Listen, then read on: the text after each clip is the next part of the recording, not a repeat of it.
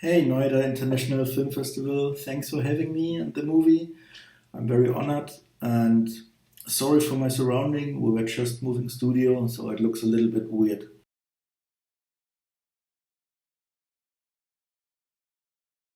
I have a lot of love for the very slow art house movies, but also for the a little bit more over the top Japanese comic movies. So I was kind of curious to see if these two things could work together and how the balance has to be found.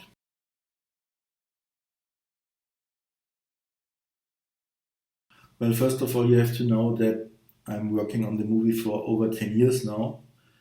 So, to be honest, actually starting out was the easiest part.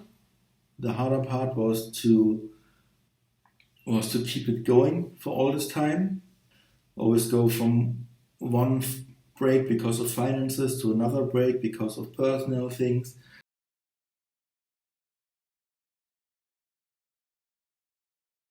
Well, it was the first feature film. I made like documentaries and music videos before. So I was not going in completely blind, but still, let's just say that me and the production team learned a lot by doing this movie. Um, Meaning, in the beginning of the 10 years, we had no idea, and in the end, we kind of had a normal, acceptable professional production going. But the movie was started with passion, and that's a good thing for creativity, but it's a very bad thing when you need to do your books. At some point, there is this work part also coming in, and that's a big part that you have to just endure. And yeah, and financial resources is definitely part of that.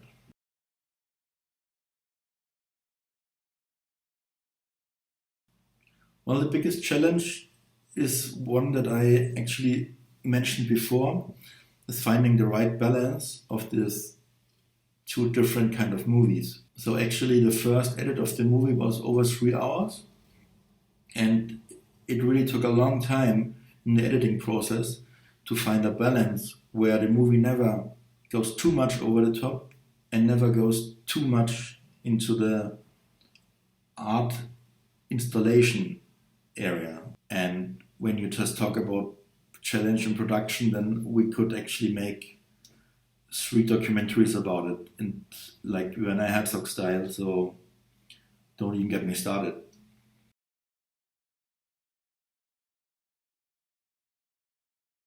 Well, if you compare the original script with the finished movie, there are a lot of differences in story elements and length, especially, and characters a little bit.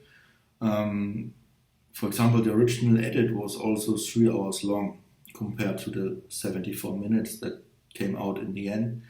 So when you, in terms of these things, it is different, but I think the core of the film is the same. And it was also a learning process because I'm very German, or I was very German in the beginning. Everything had to be planned, had to be exactly like I envisioned it. But the more I let loose and the more I let things happen, the more I got back from it. So actually, the favorite scenes in the movie for me are the ones that we didn't plan, that just happened, or that just got improvised by the actors. So I think on paper it's a different film, but purely from an emotional standpoint, it is even more the movie that I wanted to make.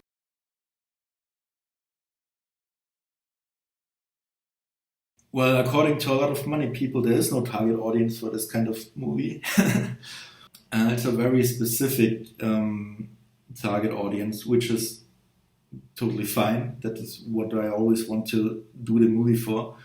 Like the movies that mean the most for me were the ones I saw late at night at TV in some channel that nobody watches.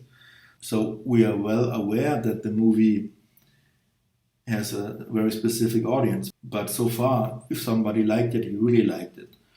And that is kind of all that matters.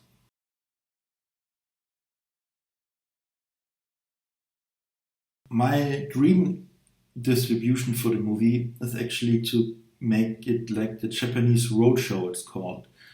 So it's meaning I don't want to have the movie just be shown in the cinema. I wanted to treat it more like a music concert, to be with the movie as a director, touring.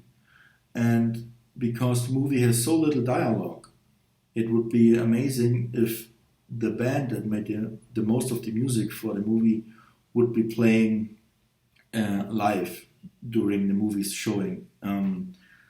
That is what my big dream for 2021 is, to have the roadshow like this. I think that would be a really special thing for audience, and also how the movie will get perceived at that moment.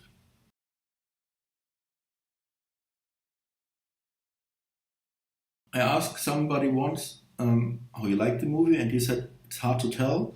He feels like it's kind of like watching Vincent Gallo's The Brown Bunny. Yeah, meaning he doesn't know if he likes it, but he couldn't stop thinking about it.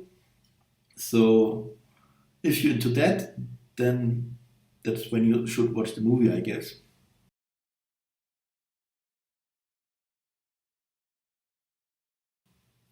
The reality is there's nobody coming and telling you you can do your movie now.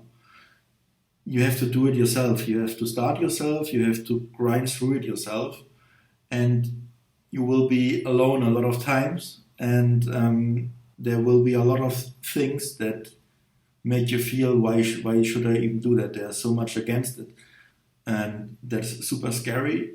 But that's it. That is how it is. So if you want to make a movie, start. And all the reasons why you shouldn't start right now, you have to just ignore them, because as soon as you start it, you are going. And that gives you so much more power to keep going. And that also shows other people, oh shit, he's really doing it. Okay, let's go with him.